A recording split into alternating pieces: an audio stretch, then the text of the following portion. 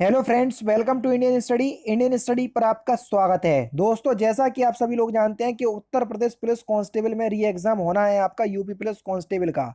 और उससे पहले सरकार ने पहले ही गाइडलाइन जो है वो अपनी जारी कर दी है कि उसी गाइडलाइन के तहत जो है वो आपका यूपी पुलिस कांस्टेबल का री एग्जाम होगा, है ना। उसमें कई ऐसे पॉइंट हैं जो आप लोगों के लिए जानने के लिए बहुत ज़्यादा अनुकूल हैं, तो वही चीज़ जो है आज की वीडियो में मैं लेकर के आया हूँ। लेकिन मैं आपको बता दूं कि आप लोग वीडियो को एंड तक जरूर देखिएगा, और वीडियो में मैं 100 लाइक का टारगेट रख रहा हूं, तो प्लीज़ दोस्तों वीडियो को लाइक जरूर कर दीजिएगा, है ना। क्योंकि आप सभी लोग जानते हैं मैं डेली बेसिस पे आपको कुछ ना कुछ अपडेट दे रहा हूं, और दे तभी रहा हूं जब न्यूज़पेपर में डेली बेसिस पे आ रहा है। जब न्यूज़पेपर में डेली बेसिस पे आ रहा है तभी मैं वीडियो इन पे बना पा रहा हूं।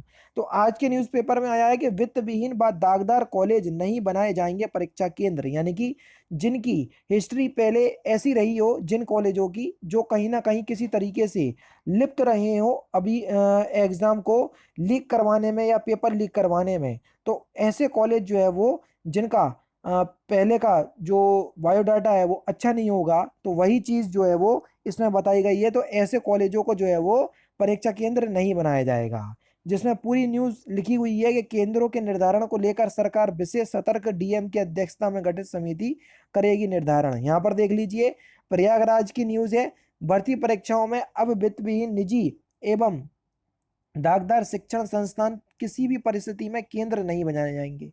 यानी ये कुछ भी हो जाए, भले ही चाहे परीक्षा केंद्र कम मिले, क्योंकि इससे पहले वाली जो मैंने वीडियो बनाई थी उसमें बताया था कि 54 केंद्रों पर आपका एग्जाम होगा, जहां पहले 126 केंद्रों में आपका एग्जाम हुआ था। ठीक है। तो जिसमें पहले आपको जो है वो लगभग 2.5 लाख विद्यार्थी एक शिफ्ट में बैठ रहे थे, है ना। तो वही चीज मैंने आपको पिछली वीडियो में बताई थी। अब उस वीडियो को देखो और इस वीडियो को देखो, तो आप जो है वो दोनों वीडियो जो है वो लिंक कर सकेंगे, है ना।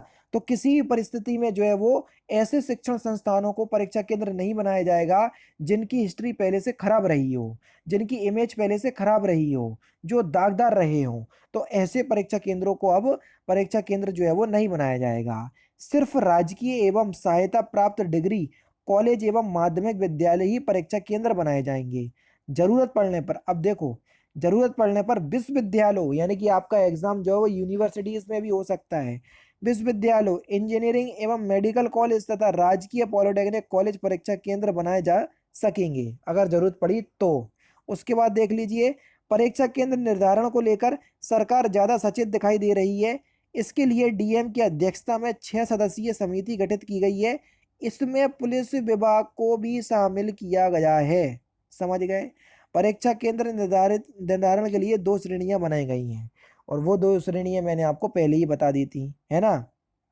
और यहाँ पर देखो, फिर परीक्षा केंद्र निर्धारण के लिए मानक तथ्य क्या होंगे जो आप लोगों के लिए बहुत इंपॉर्टेंट हैं।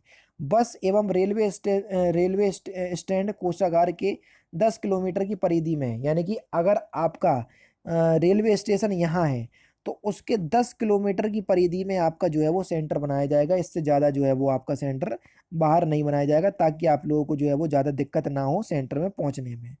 कक्ष निरीक्षक के लिए अध्यापकों और कर्मचारियों की पर्याप्त संख्या होगी। विगत 3 वर्षों में कराई गई परीक्षाओं का अनुभव हो, यानी कि ऐसे ही परीक्षा केंद्रों को परीक्षा केंद्र बनाया जाएगा जिनको पिछले 3 वर्षों से परीक्षा कराने का अनुभव हो, उन्हीं को ही हम जो है वो सेंटर बनाएंगे। परीक्षा केंद्र शहर की आबादी के अंदर होगा। आपको कई कई बार ऐसा होता है कि हाईवे पर बना देते हैं, हाईवे पर आपको टैक्सी वाला छोड़ देता है या बस वाला छोड़ देता है, फिर आप 1-2 किलोमीटर अंदर चल के जाते हैं, तो ऐसे में कई लोगों की परीक्षा भी जो है वो छूट जाती है। तो उस चीज़ को भी ध्यान में रखते हुए परीक्षा केंद्र जो है वो शहर की आबादी के अंदर बनाया जाएगा, ताकि आप लोगों को कहीं भी कोई दिक्कत का सामना ना करना पड़े। परीक्षा केंद्र तक पहुंचने के लिए सड़क एवं यातायात की सुविधा भी होगी, इस बात से बिल्कुल निश्चिंत रहें। और परीक्षा केंद्र की बाउंड्री तथा अन्य जरूरी सुविधाएं भी होंगी। सीसीटीवी कैमरे भी लगे होंगे, ताकि आप लोग जो है वो ऐसे अन्य तथ्य जो आपको पता चल सके, जिनसे कि ये जो है वो गलत तरीके से परीक्षा दे रहे हैं, तो उनको पकड़ सकेंगे। कैमरे क्रियाशील हों, मतलब कई बार ऐसा भी होता है कि जिस भी आप कॉलेज में या स्कूल में जाते हो तो वहाँ कैमरे तो लगे रहते हैं, लेकिन ये नहीं पता रहता है कि वे एक्चुअल में चालू है या नहीं। लेकिन इस बार जो है वो ऐसा होगा कि कैमरे चालू ही कंडीशन में होने चाहिए, क्योंकि ये चीज़ जो है वो आयोग को सुनिश्चित करनी पड़ेगी। समझ गए। तो ये सारी चीज़ें जो है वो गाइडलाइन जो है वो परीक्षा केंद्र के लिए जो है बनाई गई। तो आप ये समझ लीजिए कि आपका एग्ज़ाम जो है वो बहुत सख्ती से होने वाला है, और बहुत सख्ती से होने वाला है, और बहुत जल्दी होने वाला है। बहुत जल्दी आपको कुछ ना कुछ सूचना मिल सकती है यूपी पुलिस कांस्टेबल के री एग्ज़ाम के रिगार्डिंग। बार बार एक ही बात बोल रहा हूँ, डटे रहो, लगे रहो, जुटे रहो, बिल्कुल भी हटो नहीं, लगे ही रहो। एक सांस भी आप लोग जो है वो ये नहीं सोचो कि यूपी पुलिस कांस्टेबल का एग्ज़ाम बहुत लेट होगा। बहुत नहीं लेट होने वाला, बहुत जल्दी आपका एग्ज़ाम जो है वो होने वाला है, बहुत जल्दी आपकी एग्ज़ाम डेट आने वाली है।